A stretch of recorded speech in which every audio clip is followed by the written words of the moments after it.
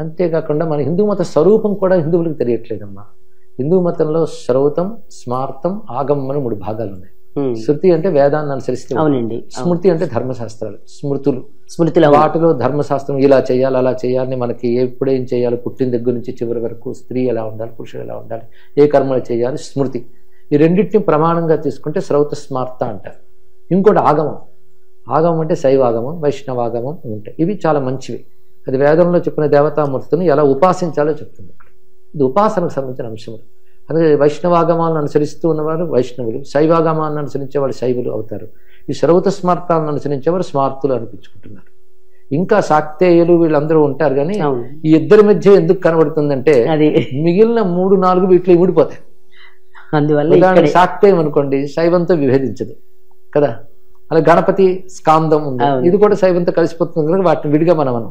ఇక సూర్యమతం ఉందా, అది శైవులకి సమ్మతమే, సర్వమానవులకి. సూర్యుల్లో విష్ణువుని చూస్తారు వాళ్ళు, కానీ సౌరమతస్థులు కూడా అప్పుడు కొట్టుకునేవారు. శంకరాచార్యులు సూర్యుడే గొప్ప, బ్రహ్మ విష్ణు రుద్రులను వీళ్ళని ఉపాసించడం ఏంటి, ఆయన భాగాలు కదా అనేవాళ్ళు ఉన్నారు. నేను పూణేలో ఒక గణపతి ఆలయానికి వెళ్ళాను. అక్కడ గణపతి పీఠం ఉంది. వాళ్ళతో అక్కడ పీఠాధిపతి కలిశాను నేను. ఆయన అంటాడు రాముడు, కృష్ణుడు, విష్ణువు వీళ్ళందరూ కాదు, గణపతి మొట్టమొదటి కూర్చున్నాడు. అక్కడ శ్లోకం ఉంది, హరిహర రవి బ్రహ్మ జనకం. హరిహర రవి బ్రహ్మ జనకం. అక్కడ ఒక ప్రామాణికమైన ముద్గల పురాణం అని గ్రంథం ఉంది, ముద్గల మహర్షి రాశాడు. అయితే ఇప్పుడు వీళ్ళకి చెప్పామనుకోండి, భేదాలు చూపించి ముద్గల పురాణం ప్రమాణం కాదంటారు. మనకు కాదు, వాళ్ళకి ప్రమాణం అది. ముద్గలుడు వ్యాధి ఋషే, వాళ్ళు ప్రమాణంగా గణపతిని ఉపాసన చేస్తారు. తాత్వికంగా అర్థం ఏంటంటే, మనం ఎవరిని ఉపాసిస్తున్నామో అతడే సర్వమూలము పరమాత్మ, ఆయన ఇన్ని రూపాలుతున్నాడు అనుకుంటే చాలు. కనీసం అలా అనుకుంటే ఇబ్బంది లేకుండా ఉంటుంది కదా. అంటే ఉన్నది ఒకటే పరమాత్మ. ఆయన విష్ణువు అనుకుంటే నీది వైష్ణవం, ఆయన శివుడు అనుకుంటే నీ శైవం, కానీ పరమాత్మ ఒక్కడే. ఈ భావం కావాలి. ఆ భావం వైష్ణవులు ఉత్తమ ఆచార్యులు కలిగించారు. సర్వదేవ నమస్కార కేశవం ప్రతి గచ్చతి అన్నారు. ఏ దేవతకు నమస్కారం చేసిన విష్ణువుకే వెళుతుంది. అటువంటిప్పుడు ఎవరు ఏ దేవతను ఉపాసించినా విష్ణువు ఆ రూపంలో వాళ్ళని అనుగ్రహిస్తారు.